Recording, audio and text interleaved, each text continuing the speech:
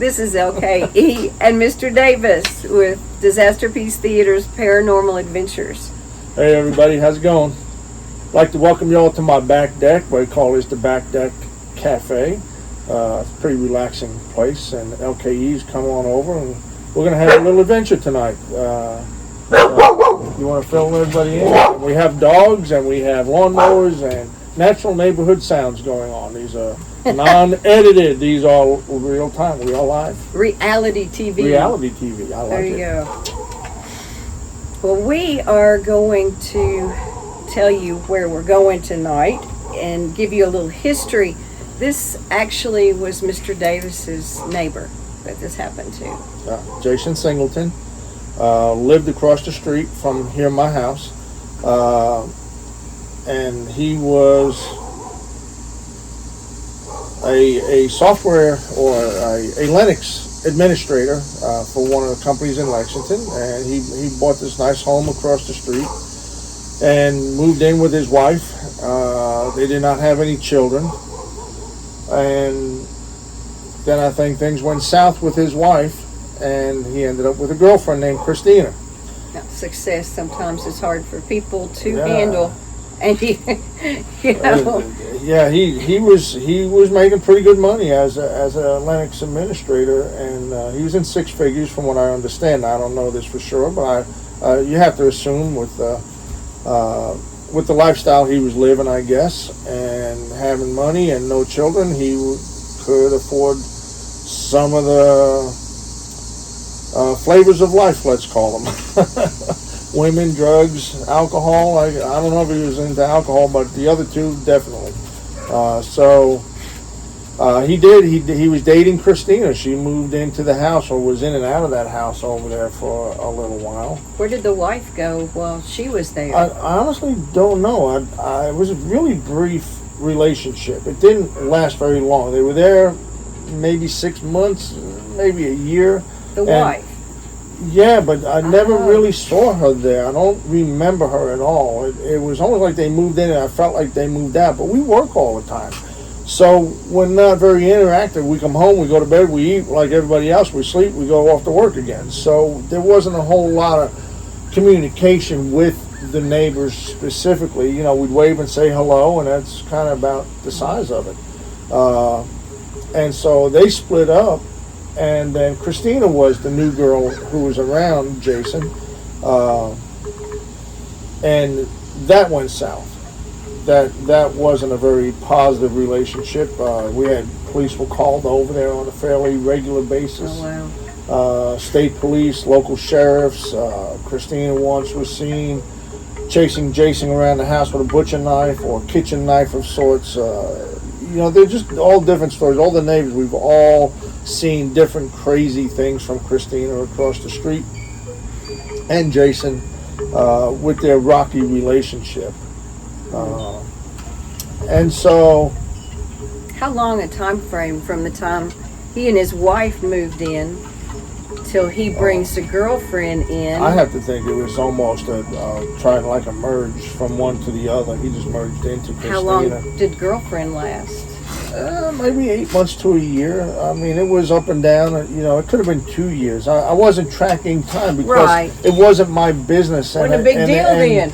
Every Sunday or Saturday, every once in a while, you get a little bit of a sideshow with the police showing up and Christina out there with a knife or screaming at the top of her lungs about something. So you didn't really want to go interact with these folks because it seemed a little too dramatic for what we really wanted in our lives. And they were younger than us, so our age group kind of separated us. They were younger in there. Jason probably was early 30s, maybe late 20s, something along those lines. And Christina was, my children knew Christina from school, so she was in their age group. So we didn't really interact or communicate at all. And then we didn't really see or even knew that Jason all of a sudden got married. And he married a topless dancer in Lexington named Angela. And we didn't know anything about Angela until after all of this stuff had gone on. It was after the murder that we had learned about her past, or maybe her current status. Not anymore. Yeah, not anymore. But she was a dancer in Lexington with 2 children, and her and Jason got married. They somehow Christina never really let Jason go, and so Jason was living the life of Riley. He had money, and he had 2 women. He was doing the menage a trois with Christina and Angela. Everybody from knew. From what I understood. Now I don't have any personal knowledge to this, but Right. that it was the understanding of what was happening over there, the drugs, the alcohol, the topless bar, Christina. It just was one big drama that we really just had no part of and wanted no part of. If we had known about it, we surely wouldn't have wanted any of that in our lives. So for a while, it was great though for all 3. Were they all 3 living there? I don't honestly know. I have to assume that they were at some point.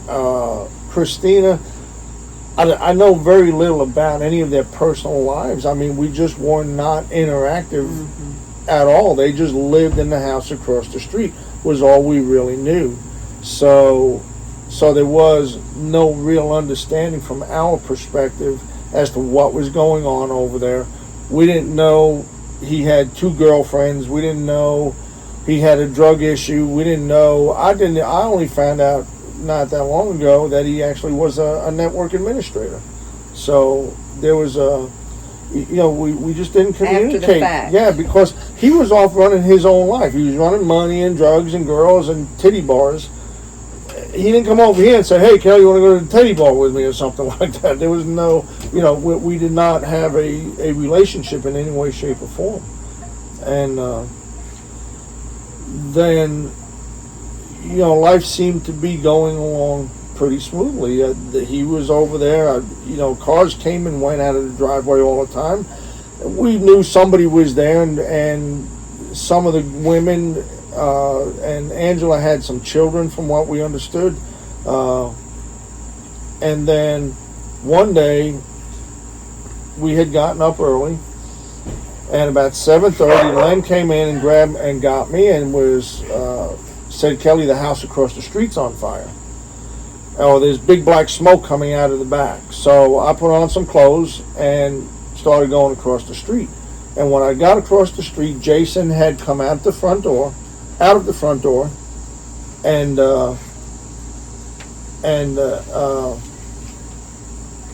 I asked him if everything was okay, because the amount of black smoke that was coming out of the chimney stack, or from behind the house, I couldn't tell that it was coming out of a chimney. All I saw was black smoke behind the house, and I didn't know what was going on, of course, and I asked Jason if everything was okay, because there were no cars in the driveway. And that was a major concern for me, because normally there were cars in the driveway. He told me everything was fine, and I came back and took a shower, got dressed for work, and went on with my day. But then, when did you find out things weren't okay? Oh, the local news. Jason had taken people hostage in Somerset. I guess Angela had been missing for a couple of days at this point, and we knew nothing about Angela's disappearance. We didn't know that anybody was gone. We were just so clueless. The time frame from when you saw the black smoke till you saw on the news he took people hostage. 5 hours. Oh, so it was all the same day. Yeah, it was that day. Okay. That day, it was, I guess, the process of what he did to Angela must have had a slow effect hitting home for Jason. It would be my interpretation of what happened. I honestly don't know. But I think there must have been a sense of guilt, I would have to believe. There would have to. Well, if he didn't feel guilty, I think life would have went on normally. And obviously it didn't. He went down to Somerset for some reason. I think he had family or people there. I think maybe even the local chief of police knew Jason when he took this trucking company employees hostage. So that was a little odd, learning. And then after that, everything started snowballing after that as to the realities of what went on and what actually happened to Angela. So what did happen with her? Some of this will be based on the news and the readings in the newspaper that you can get if you research Jason Singleton. It's all out there for you to confirm. My understanding, after years of a lot of talking with other neighbors and reading a lot of news articles, was that he and Angela and Christina, Angela and Christina were in an argument, and Jason decided to go out back and smoke. And again, Christina was not the most stable individual. I would have to equate, and again, I don't have any personal knowledge. I don't think I ever even talked to Christina the entire time. Maybe a hello, and that's about it. Hi, Christina, how you doing today? And she'd say, hi, seems like a nice person, and then I would go on with whatever I was doing in my life. So, but my interpretation is that she was a very, very angry individual. And when she was angry, she used violence to back that anger up. No filters, no. Didn't say, not from what I could tell. I mean, from my understanding, when Jason went out to smoke, the two girls got into a major argument, and Christina choked out Angela and killed her in the front living room of the house. So if you look at the house, just on the right side of the doorway, which is almost exactly where, because since then the house has since burnt down and the house is no longer there, a new house is in place. But right to the right of that doorway, just inside the window, is where Angela was murdered by Christina. Now, I think I read Yeah. that, of course, the two, Jason and Christina, were blaming each other. Right. But somewhere in one of the articles it said that they waited until she was totally, drugged out, doped up, before Christina started this, supposedly. Right. So that she was kind of at a disadvantage. She couldn't help herself. herself. Very possible. Yeah. I mean, there were, obviously there had to have been a lot of drugs involved to go to the extents that they went to. Had to have been a lot of, something involved. Drugs, drinking, and Christina's bad attitude and view on other people. She was a very violent or seemingly violent individual, or who backed her anger with violence. And up to this point, Jason was innocent. I have to assume so. Right. I honestly don't know. I was not involved in it, so we have to assume he had Right. From nothing what I to do. read, he didn't know anything till he came in off the Right. porch. And that sounds like a pretty good story to make up. I mean, but it doesn't That's sound true. logical that he would want to, because I don't know, there was no motivation Yeah. to kill your wife. I mean, there's no insurance money. There was there was nothing to motivate you to kill her. I mean, you could easily divorce her and get rid of her. But there was Christina had something to gain Yes, from that. potentially, yes. She got Jason. Yeah. So that would be her motivation. Would sound logical at this point. Our interpretation with you reading and me living across the street and seeing all of these things happen. So I'd gone into the house a year and a half later after the trial was over and the house was able to be sold, or was up for sale. It wasn't sold yet. And you could see in the living room floor where they had cut up the floorboards and the rug, I guess, where there was blood. And that's what Jason was burning in the fireplace that morning when my wife had seen the black smoke coming up from behind the house. But you could see where that was dug out and removed. It was pretty clear. And so from there, though, you would think if somebody was strangled, there wouldn't be a need for that. Maybe so. Maybe there was a couple of punches to the face or something that could have had Could blood. be. But there was another step here that took place. Yeah, but I don't think it happened there in the living room. I think that happened down in the garage where there were better tools to assist in dismemberment, and that's what Jason did. I guess him and Christina, from what we read, went out and got, well, Jason came in and Christina went out and they discussed, but Christina asked for help. We have a problem. And obviously Angela had been murdered by Christina. And I guess these two people, being high, drunk, drama, whatever the case may be, had to now come up with some kind of plan. Yeah. What to do with Angela. She's lying dead. I can only think, in my mind's eye, is that she's lying dead in the living room floor. And Christina and Jason now have to deal with his body. And the fact that they are now either both murderer, one is a murderer and the other is an accomplice, if they don't do something. So obviously they chose not to do anything.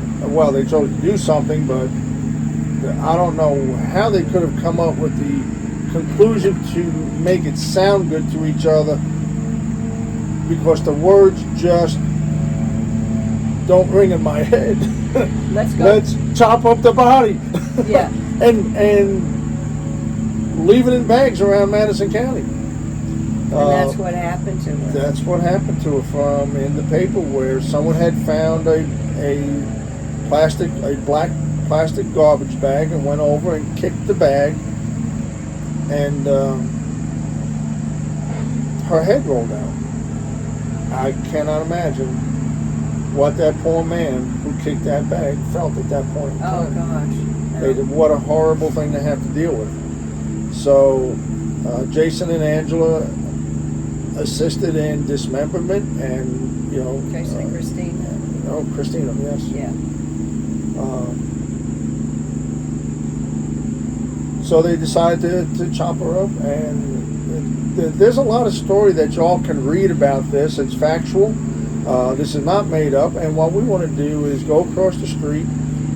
I've already talked with my current neighbor to see if we can go over there. He said we can go over. We're not going to go into the house. We're just going to go outside and see if we can bring up a presence and see if we have any kind of an energy over there. See if we can interact with Angela. Jason and Angela Jason and Christina have been sentenced to 30 years in prison, so they are both gone from our community at the moment. So they were prosecuted and convicted, and the house was purchased by a young lady who was there for maybe a year and a half, 2 years, and the house caught fire and has since burned down. So where we're going is a brand new house. Yeah, contractor bought the land, leveled the area where the house was, and reconstructed a brand new foundation, brand new house. However, that brings us to a discussion that we were having earlier about a person's spirit. Where does it go? Does it follow the body? Will we be able to detect something over there? Yeah, we're gonna try. We have seen so much energy / entities, and to tell you a little secret, we have a series coming up. Let the cat out of the bag, Yeah, I'm going to. All right, go. And we're gonna do a few episodes on cemeteries, and we're gonna go around and see if we can find any energy. It's some pretty spooky stuff, I'm gonna tell you. And we've already started it. You really want something scary? Go into a graveyard past 9 o'clock at night with nothing but a little flashlight. Yeah, it was pretty unnerving. Plus, it was raining. Oh yeah, that was fun. The second one we went to, it was raining out. We were tree covered. I have to take my hat off to Lisa, because not any woman in the world would follow me into a graveyard past 9 o'clock at night with these stone markings for graves all over the place. Yeah, they had been there so old, like Yeah. There were 1800s On markers. One on the graves in the front of the graveyard were all, because we had one young man named William, was born in 1802 and died in 1809, so he was 7 years old. Behind him were other graves that were Not even 1784. But back in the back, Right. that but was so further long back, ago. they didn't have any markings Just on rocks. this. Yeah, all over. They were scattered in a circular area. And what was really, really crazy about that location was the ground was soft. It was pillowy feeling. When you stepped on it, it was almost like you were walking on moss. You know, it was moss feeling. It very, very soft. Almost felt like something could come out and grab you. Yeah, and Kelly kept reminding me of that repeatedly while we were there. Well, it really did. I mean, you could just see something coming out of that ground and how soft it was. It was a spooky place. It truly was. We had rain coming down, hitting the leaves. Dead animals. Dead animals, yeah. We found 2 coyote carcasses out there. And a raccoon. Raccoon, yeah. There was a raccoon out there, yeah. So, that was kind of getting into that Stephen King. Oh, when we pulled up, there were 2 buzzards on the raccoon carcass. Was really freaky, because Lisa, first words out, we had one, these buzzards flies off, and Lisa's like, this is not a good sign. She's about ready to turn tail and hide and get out. Buzzards in a cemetery. No. Oh, but that was a creepy place. And it was old, and yet we had encountered some really interesting energies out there. We really did. So then that brought us up more questions. Yeah. And we've discussed, where do these people go? Why are they there? We've been in some cemeteries where they show not everybody participates. No, that's what's really interesting. Just a few came out to us. Some of them sitting against the gravestone. There was just some really interesting encounters. So if we knew maybe where those people live, like with Angela, Right. if we get an entity over here, 9 times out of 10 it's going to be her. But if we go to the cemetery where she's buried, will she be there too? That's an interesting point. Where does a spirit, with the spirit of an individual, where does their left behind energy go? Does it? It's really weird, because the cemeteries that Lisa and I have been to already, not every headstone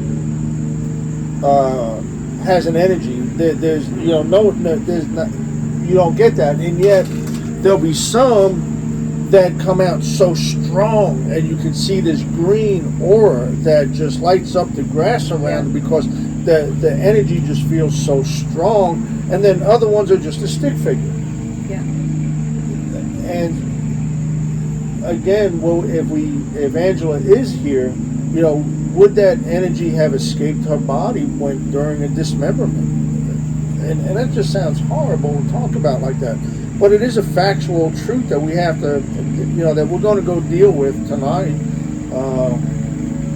And it'll be our intro to the cemetery series, right? Mm-hmm. Yeah. That will be our next show. Yeah. Yeah. The next show behind this will be cemeteries, and we're going to bring you a cemetery adventure up until Halloween 2020. So on October 31st, be ready. We'll have our series. We will release various cemetery videos up until Halloween, and then you can watch the whole series on the 31st as well. Oh yeah. Yeah. Should be pretty exciting. We're gonna go to the private cemeteries. There are a lot of private cemeteries on the ridges out around all of the counties where we are. And some of the big cemeteries, just the general cemeteries that are out there as well, to see what kind of entities or presences or energies we can find. Now, when we were back in the back behind this church, it was so Stephen King like. The dead coyotes, and the trees almost formed a circle. Yeah. And they were huge, huge. The one in the middle, you can see on the video, that one was giant size in the middle. It was a huge, big old tree. But where all those rocks are that was marking graves, we got nothing back there. So we're guessing there's 16, 15, 1600s back there. So there's another thing to throw into it to think about. We wanted to. Maybe the people back then and even today up on those ridges are pretty closed mouth. They don't like new people coming around. And we're strangers to them, obviously, and it was only until the front, and the one ran away. Mm-hmm. That was really interesting because the one was right there on camera. They were laying down, and we were talking to this energy, and then all of a sudden it was like the mother called or somebody yelled, right. Get away from there, and it ran right off the screen. It did. It was like the one out on the curve, Dead Man's Curve, that ran across the screen that night. I mean, all of a sudden it just went boom, straight across it. You can watch that on our YouTube channel. It's up there, Dead Man's Curve. It's a great video to watch. It's pretty fun. So be looking for these shows coming up. You can research disasterpeacetheater.com or on Disaster Peace Theater, Peace, PEACE.com on the internet, of course. So you can find, we have a YouTube channel, we have a Twitter feed, we have all the fun social media stuff, LinkedIn, Twitter, Facebook, blah, blah, blah. We're out there. We want you to find us because we want to share our experiences with you and let you interpret what we see. Maybe we're missing something and you can comment in the comment section and let us know what you're thinking about what we're finding out there. We're just trying to show you our findings and let you interpret what's going on. Because the guy who was protecting Williams, I mean, he had his arms crossed like this. Right. And we've never seen that. We can't give too much away. Yeah, fair enough. It's worth watching. But if you want to, you can email us at lke@disasterpeacetheater.com. And I'm Mr. Davis, and we're going to cut this video off. We're going to go across the street as soon as we're waiting for dusk to hit here at the Back Deck Cafe. And we're going to walk across the street. We'll get our equipment ready. You won't have any crazy drive tonight because we only have to walk across the street. That's right. But we are going to try and drive, have you take a fast drive with us to all of our locations so you can see just how far out we are going out into the country. Some of these cemeteries are not close and they are down dark, deserted, no-lane roads. Especially once dusk hits, not a lot of people travel out in these areas. So we are putting our lives on the line going out to these places. It's just dangerous to drive out there as well as dealing with these energies. Say goodbye, Lisa. Well, we're going to go get set up, and we hope that you enjoy what's coming up. We have no idea every time we go out what you're going to see. Yeah, we don't. This is impromptu. Every time we go out, we don't know. There's unplanned. We might be successful across the street, just like when we were out at the cemetery on Poozy Ridge is where we were.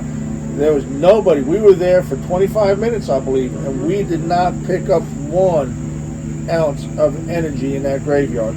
And it was an old graveyard. We had discussed this too. I know we were getting ready to go, but we have more to talk about still, because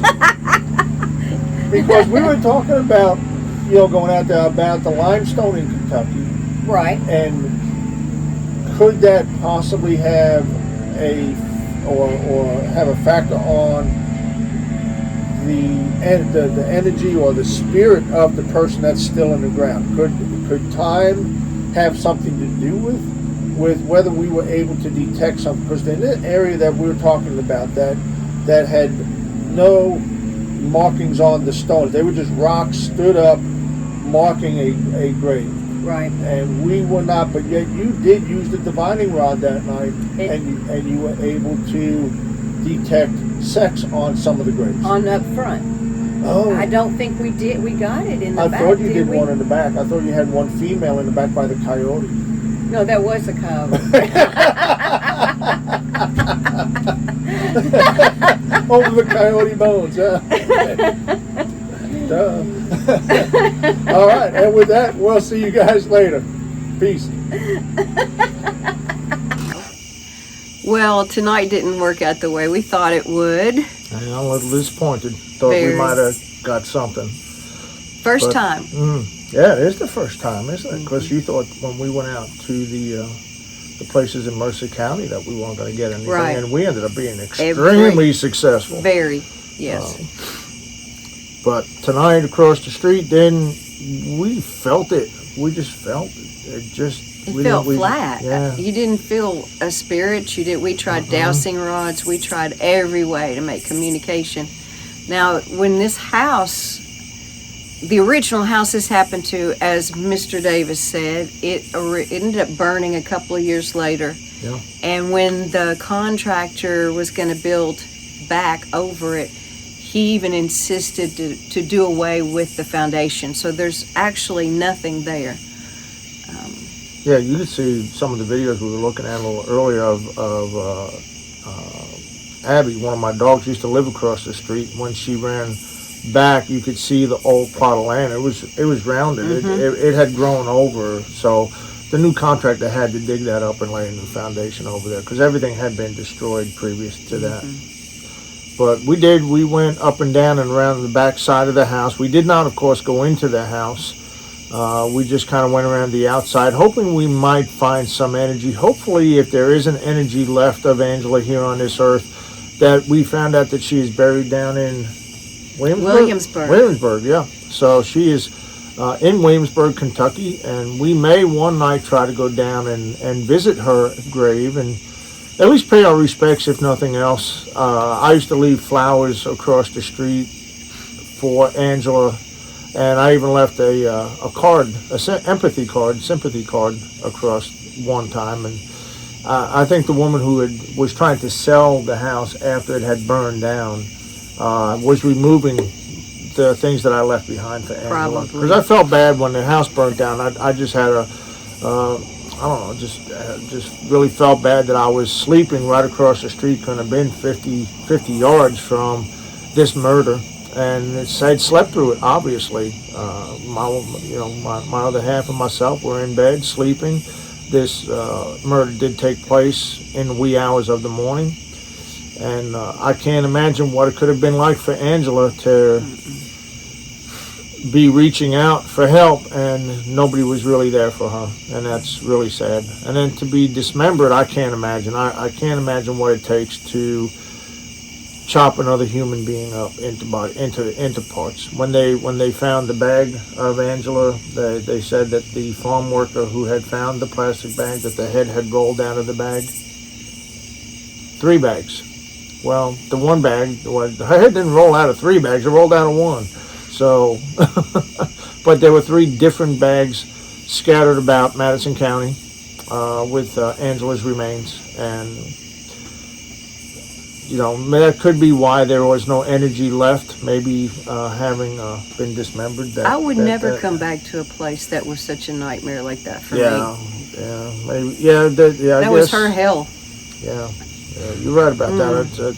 I totally understand why we didn't find anything there, but we sure did give it a good effort trying. But remember, we're going to have our cemetery series coming up. Yes. That will definitely be spooky because we are going into cemeteries after hours. These places are dark, they're cold, they're creepy.